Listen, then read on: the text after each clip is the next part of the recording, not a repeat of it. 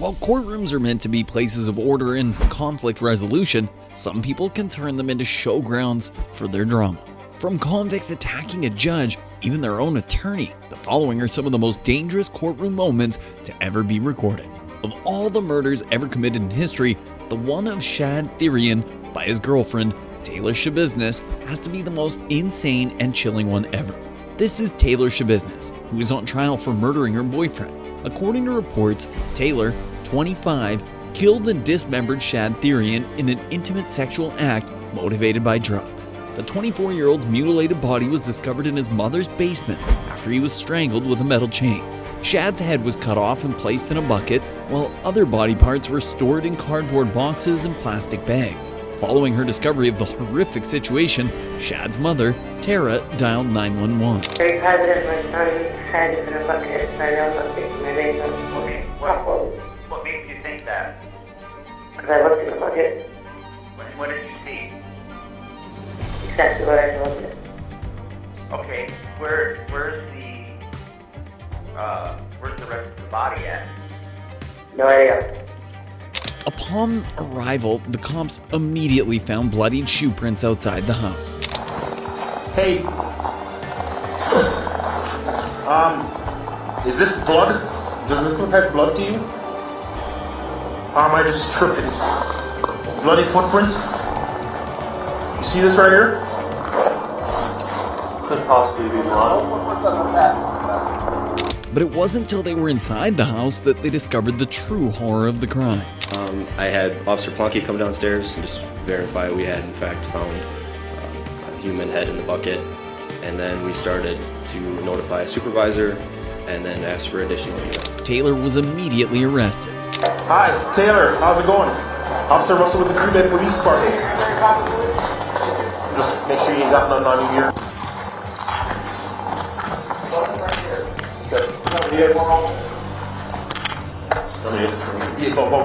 During police investigations, Taylor gave an account of what truly transpired that evening. She admitted that Shad and her were engaging in unusual sexual behavior that soon took a dark turn. You two being intimate, having It was getting there. just kidding. So will this be considered? And then, And then, I just didn't stop. I don't know why. I didn't stop. So when he put the chain on his neck, he thought that you guys were going to have right? Do you think that's what Chad was thinking? What were you thinking? I was gonna do the same thing. You know, I was going in, and I did. And I went in. But then he was like, put it on his neck. I already know I'm gonna choke him. And I did. Drugged up, Taylor was unaware that Shad was dying and that his face had turned purple. When did you realize that Shad was not alive? His face turned purple. He was coughing. That's because of himself. His face is all purple. But she did not stop, ultimately deciding to kill him. The chain goes around his neck and started choking him. And then you just realized that he was going to die or what? I'm just like, I think I went a little too far because I was blacking out while I was doing it, right? And then and then I look at him, I'm like, he's already cooked. I'm like, fuck, I'm like, I don't know if he's fucking. Is he good? Is he good? But then when I woke up, during the blackout, I'm like he was coughing up blood. I'm like, I don't know. I just kept on going. You made the comment, you said that when you were choking, he was coughing up blood, you kind of like, going as far, I'm just gonna keep going. Did you realize that, continuing that beats home? Yeah, because I felt bad because I'm like, damn, there's any reason after this. In a very bizarre account of the events, Taylor said she didn't want to kill Shad, but she claimed to have enjoyed it. Maybe you just also said you enjoyed it, right? I enjoyed it. This is the thing that I have, I've always had, you ever love something so much that it hurts? Like, it happens to me. That's the feeling that I have. I love something so much that I kill it. Like, I love it so much and then I kill it. After killing Shad, Taylor then assaulted his dead body for the next 2 to 3 hours. Grinding on my put the You grinding on? Yeah. Did you ever put his in your? Okay, you just grind on him? She then used knives from Shad's mother's kitchen to mutilate his body. You dismember his body. Knives. With what? Knives. Knives? Just more than one knife? Where'd you get those from? Kitchen. But when did you start, his body? I don't know, like almost everything else. And That all first, correct? yeah. Can you describe where it was laying on the bed? I pulled them, Okay. like basically them. Okay, so this is the top of the bed? Yeah. Okay. And I pulled him, and then his head was hanging off. So you could probably lay face out. So Yeah. his back was on the The bed, back was on the his bed. head's partially off the bed. Yeah. Okay. And then the tub was like right there. The pail that you had the Yeah. head more. So basically his head's here and the bucket's right here. Yeah. And then from there, I did. Head off. Yeah. She eventually disposed of the body parts in her van, but she failed to carry the severed head in the pail as well, saying that she was too lazy. Dismember the body too? Yeah.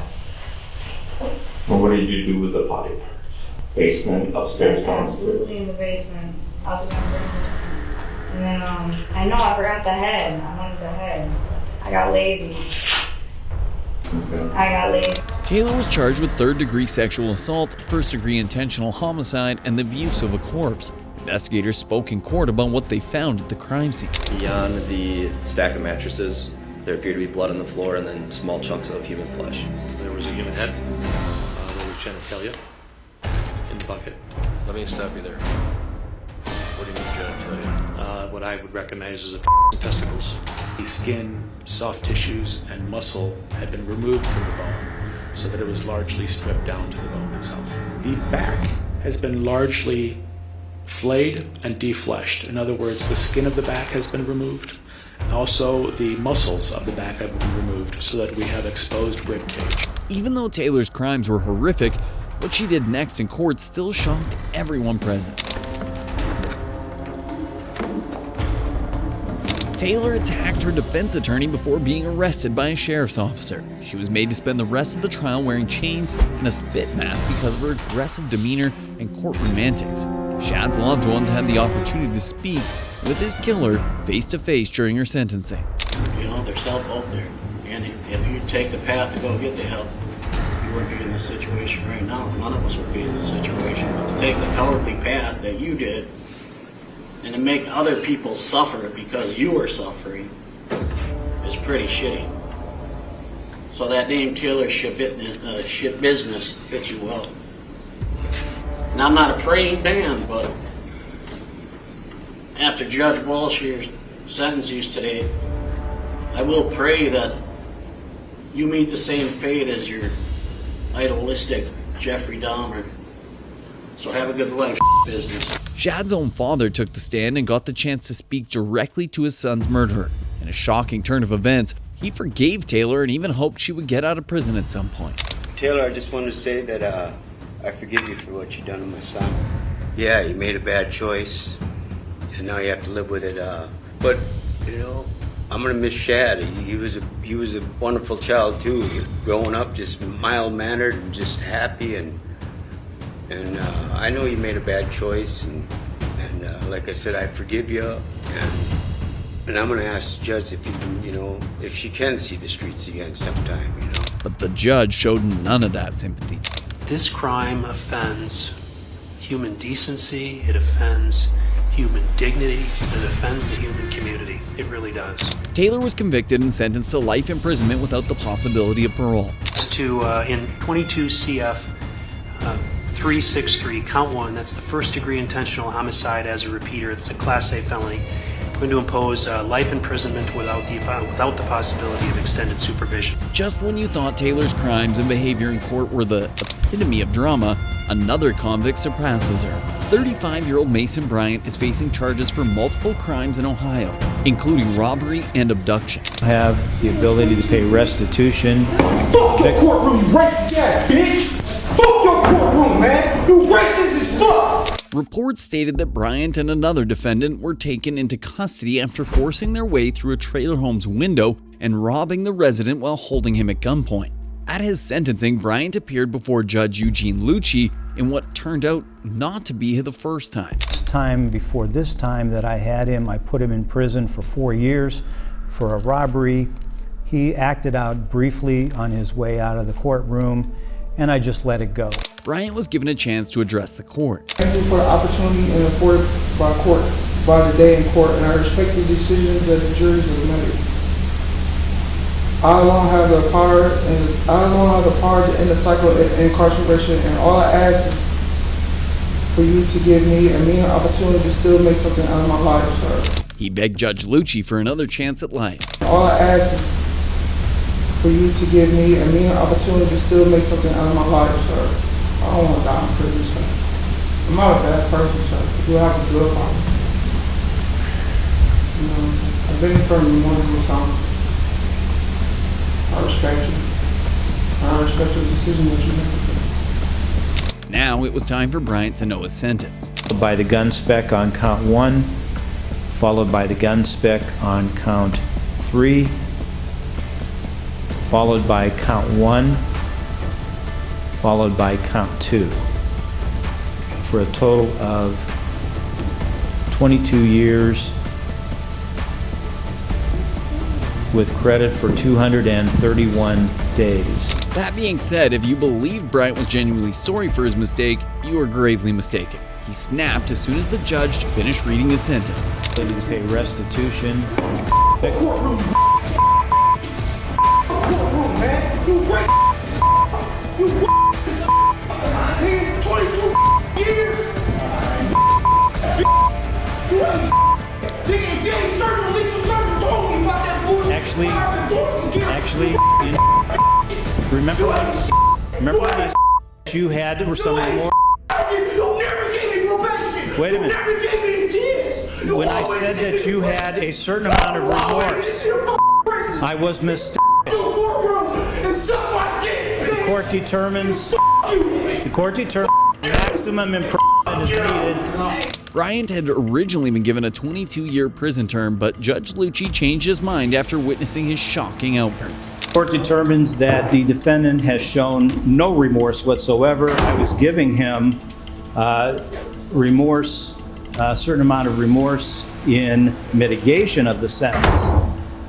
The defendant has shown me that he has no remorse whatsoever, and therefore the court determines that maximum imprisonment is needed. In explaining his decision later, the judge said, "It was clear that the remorse that he was trying to portray was phony, and that he wasn't remorseful at all, and that if given the chance, if I let him loose on society, he's going to prey on other people." Bryant's additional 6-year sentence was eventually overturned by a higher court. Manson Bryant is a prime example of a convict acting crazy in court. However, it's nothing compared to the case of Daniel Nicholson, who is willing to do anything just to be free. This is Daniel Nicholson, a father of 4 who was plagued by addiction, a gloomy companion who would rule a large portion of his life. Nicholson's battle with illegal drugs was obvious. He was totally hooked on methamphetamine, with the drug controlling his behavior and impairing his judgment, something that would eventually bring him before the Christie's Beach Magistrates Court. Nicholson was before the court after being arrested for torching a car and stealing a motorcycle. Take a seat. Take a seat. Miss, please, miss. Please, miss. I'll show you what please, miss. During the hearings, Nicholson was denied bail. The decision to revoke his bail did not sit well with Nicholson, whose meth use had clouded his judgment. The air of the courtroom went from one of order to chaos in a split second. Under the influence of drugs, Nicholson made a risky and desperate attempt to escape. With strength that seemed superhuman, he overpowered 2 sheriff's officers, making the courtroom burst into chaos. He tried to jump over the dock, outrageous and unexpected move that left everyone in the room stunned as spectators watched in fear. After the failed escape attempt, Nicholson tried once more. This time he leapt over the dock's glass, utterly failing and landing on the bar table with a thud, tossing papers and upending the court's order. In one move, a police officer then took Nicholson to the ground, but Nicholson managed to get away once more and attempted to run from the courtroom. Nicholson was then grabbed from behind by one of the officers, causing them to stumble backward. Nicholson continued to resist until he was finally restrained by officers. Grab the cops. Don't do anything silly. Ultimately, Nicholson was sentenced to a 1 year, 9 months, and 18-day prison sentence with a non-parole period of 1 year. However dramatic he was in court, Nicholson's actions pale in comparisons to those of Devaunte Hill. This is Devaunte Hill, who is in the Davidson County Criminal Court in Nashville, Tennessee, facing charges for the murder of Caitlin Kaufman. On December 3, 2020, Caitlin Kaufman, a 26-year-old nurse, was tragically shot and killed while driving to work on Interstate 440 in Nashville, Tennessee. Kaufman's car was found off the road with her lifeless body inside. She had been shot multiple times, leading authorities to launch an intensive investigation. In the days following the incident, the Metro Nashville Police Department worked tirelessly to piece together the events that led to Kaufman's death. Surveillance footage, witness statements, and forensic evidence were meticulously analyzed. It wasn't long before Devaunte Hill emerged as the prime suspect in the case. Hill was eventually arrested and charged with Kaufman's murder, and investigators found that Hill had fired the shots that killed Kaufman during a road rage incident, a senseless act that ended a promising young life. One day after Hill's arrest, James Edward Cowan, aka James Lillard, was arrested and charged with first-degree murder, making him the second suspect in the case. A witness stated in January 2021 that he overheard one of the suspects confess to shooting Kaufman. The witness also stated that the suspect stated they shot the nurse because they thought she might have cut them off on I-440. Both of them. And they murdered her, knowing they were going after her, the girl that cut them off. A crucial piece of evidence was the ballistic match between a gun found in Hill's possession and the bullets recovered from Kaufman's body and car. This evidence, along with other investigative findings, helped to build a strong case against Hill. In court, Hill admitting to have fired shots at the vehicle, although he said he had no idea who was inside. You were firing a gun directly at a vehicle driven by another person. Could you see Caitlin's face when you shot right into her window? I just said I didn't see anyone. You didn't see anyone. You just kept shooting. Did you think it was her or did you think it was somebody else? I wasn't even looking.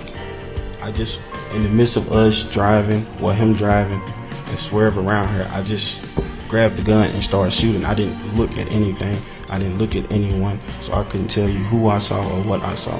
You didn't look at anything or anyone. You didn't look at where you were firing. No, I just reacted. Hill seemed not remorseful for his actions, and even stating that it did not matter whether the prosecution believed him or not. And you want this jury to believe that you were able to hit that car 6 times without looking at it. I mean, I'm just telling my story and telling from what I experienced. If they believe me, you don't care. I'm just telling my story. I'd rather be judged for my story than the stuff that y'all are saying. The trial was an emotional affair, but it was what happened on the motions hearing date that would tell the gravity of the destruction Hill's action had caused. On that day, as soon as Hill and his accomplice were brought into court, Rick Kaufman, the victim's father, desperate with grief and anger, lunged at Hill, clearly wanting revenge for the pain Hill had caused the family.